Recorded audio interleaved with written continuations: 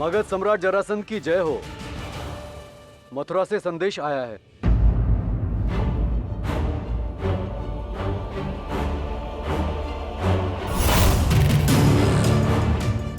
मथुरा से संदेश? अर्थात हमारे शत्रु ने हमें संदेश भेजा है सम्राट।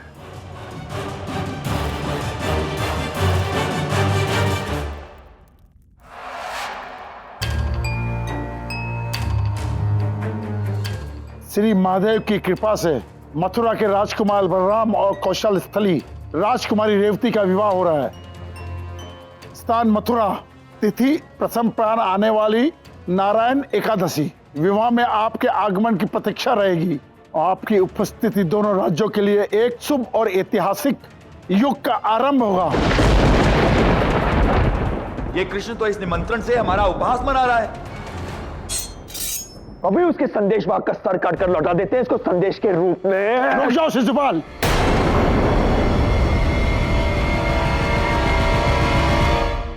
मेरी आज्ञा है कि संदेश वाहक का पूरा ध्यान रखा जाए। एक राज अतिथि की तरह इसका सम्मान और स्वागत किया जाए। इसे अन्न, जल और विश्राम के लिए उपयुक्त स्थान दिया जाए।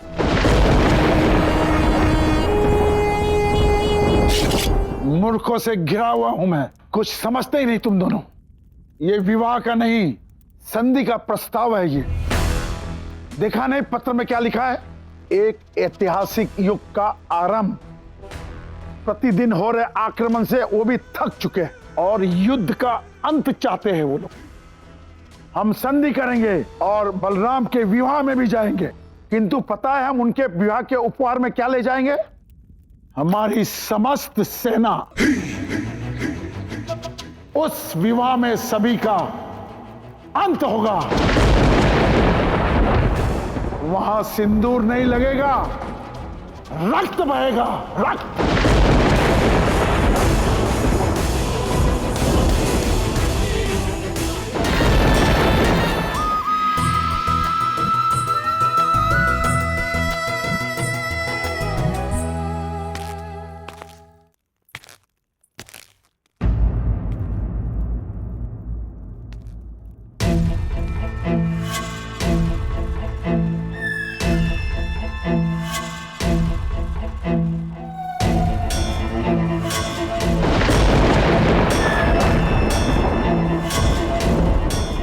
कैसा लग रहा हूं मैं? रुक्मिणी, देखो कृष्ण की भांति मैंने मोर पंख भी लगाया है। देखो बांसुरी भी लेकर आया हूं मैं।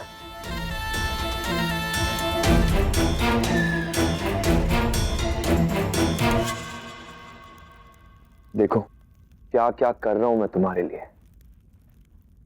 तुम्हें रिझाने के लिए मैं उस कृष्ण के जैसा बन गया हूं।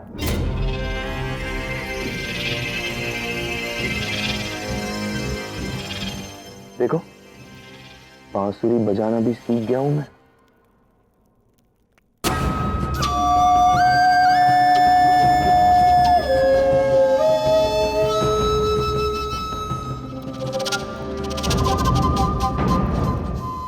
क्या हुआ?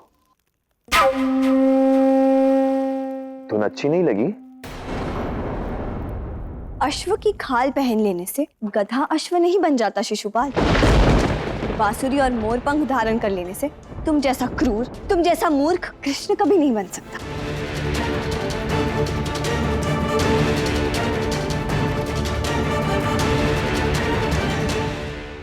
मुझे मूर्ख कह रही है लड़की? विवाह पश्चात सबसे प्रथम तेरी जीवा कटवा दूंगा। शिशुपाल,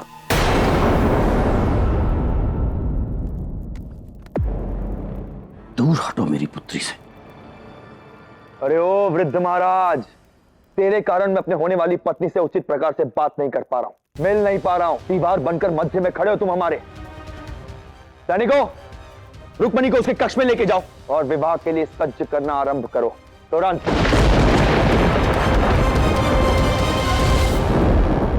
नहीं, मैं मेरे पिता को छोड़कर कहीं नहीं जाऊंगी। रुक्मिणी, अब तुम अपने पिता की नहीं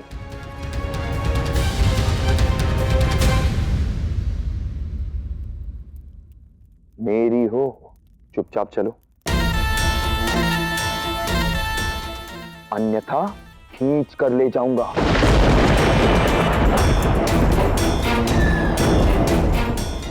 शिशुपाल!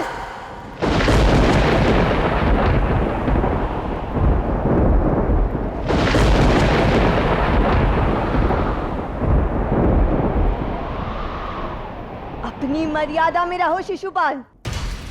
एक नारी की इच्छा के विरुद्ध उसे स्पर्श करने का पाप मत करो, अन्यथा परिणाम बहुत भयंकर होगा।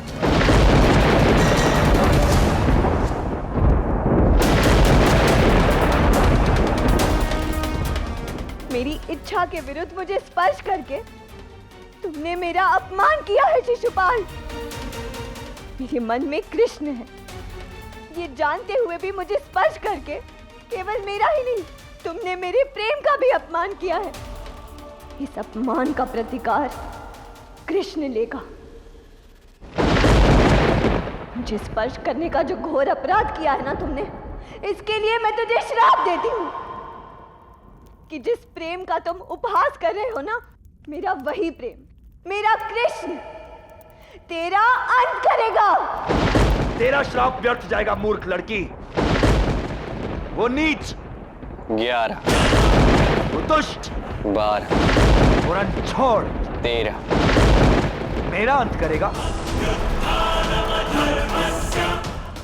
अंत तो होगा तेरे प्रेम का, कृष्ण विश्वास का, तेरे कृष्ण का। अंत तो होगा, तुम्हारे अहंकार का होगा, अंत तुम्हारा होगा।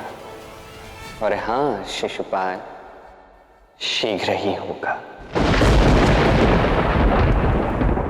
पिताश्री!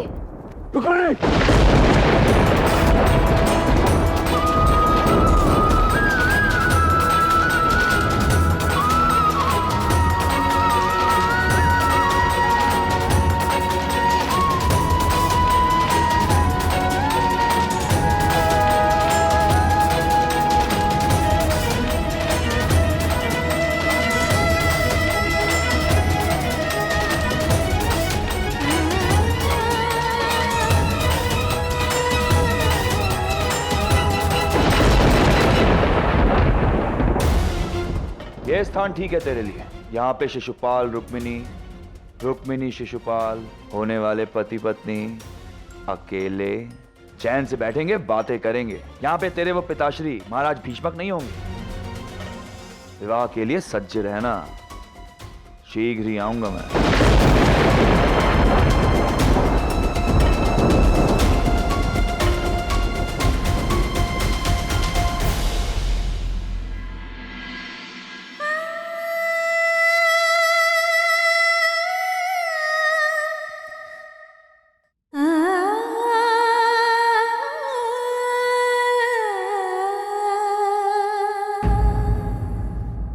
राजकुमारी रुक्मिणी जी को राधा रानी ने प्रणाम भेजा है।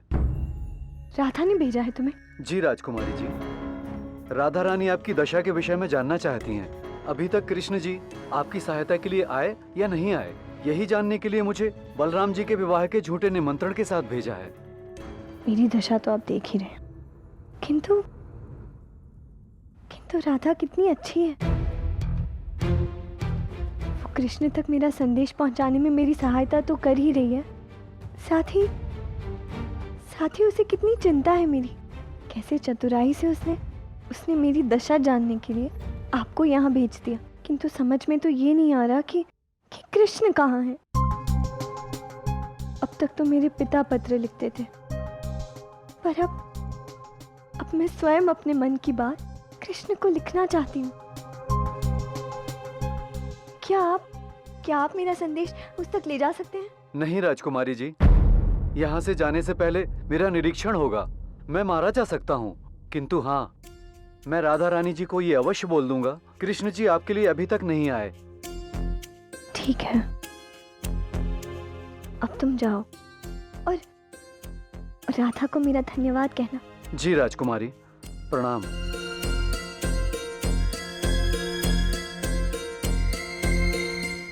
अपना संदेश मैं कृष्ण तक पहुंचा नहीं सकती, और कृष्ण अब तक आया नहीं। क्या मेरे मन की बात, मेरा प्रेम मेरे मन में ही रह जाएगा? राधा, अब तुम ही मेरी अंतिम आस हो। अब तुम्हें ही कृष्ण को मुझ तक लाना होगा।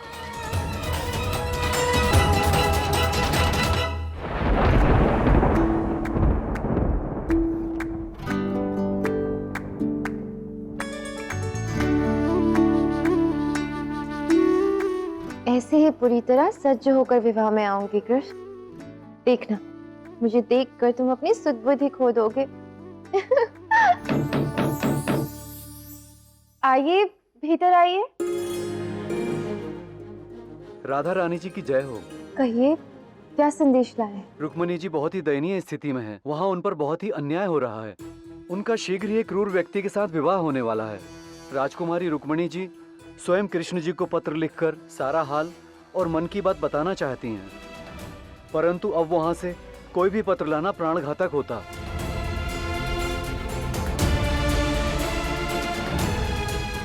ये क्या? यहाँ कृष्ण मिलन के स्वप्न में मग्न हूँ और वहाँ राजकुमारी रुक्मिणी इतनी विपदा में है।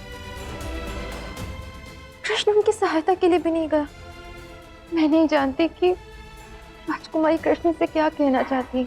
जो भी हो, मैं राजकुमारी के मन की बात कृष्ण तक पहुंचाऊंगी और कृष्ण को उनकी सहायता के लिए अवश्य जाना होगा।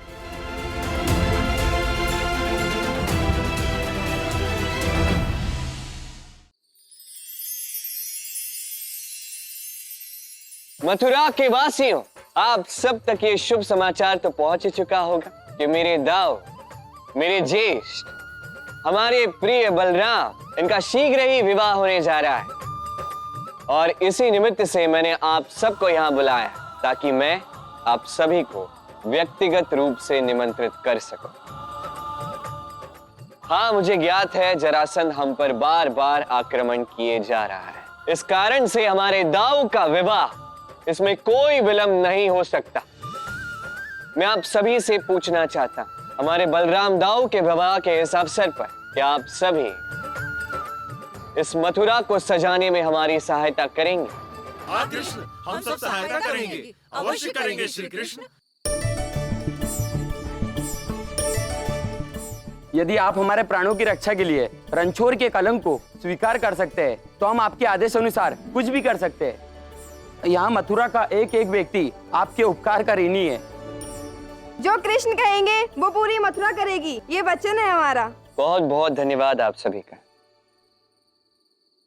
मैं आप सबको ये बताना चाहता हूँ कि यही एकमात्र कार्य नहीं है जो आपको इस विवाह में करना है। इसके अतिरिक्त एक और महत्वपूर्ण कार्य है जो आप सभी को करना होगा, मथुरा के हर एक नागरिक को करना होगा। इस विवाह में आप सभी को हमें विशेष उपहार भेंट करने होंगे। ये क्या श्री कृष्ण उपहार मांग रहे हैं? ये कैसे संभव है? जी हाँ, ठीक सुना आप सबने। कल हमारे दाऊ का तिलक है और तिलक के इस दिवस पर सर्वप्रथम आप अपनी सारी बहुमूल्य वस्तुएं हमें उपहार स्वरूप भेंट करेंगे। और इसमें सब कुछ आता है, स्वर्ण, चांदी, हीरे, मोती, सारे आभूषण जो आपके घर में है, वो सारा धन जो आपने आज तक अर्जित किया है, सब कुछ।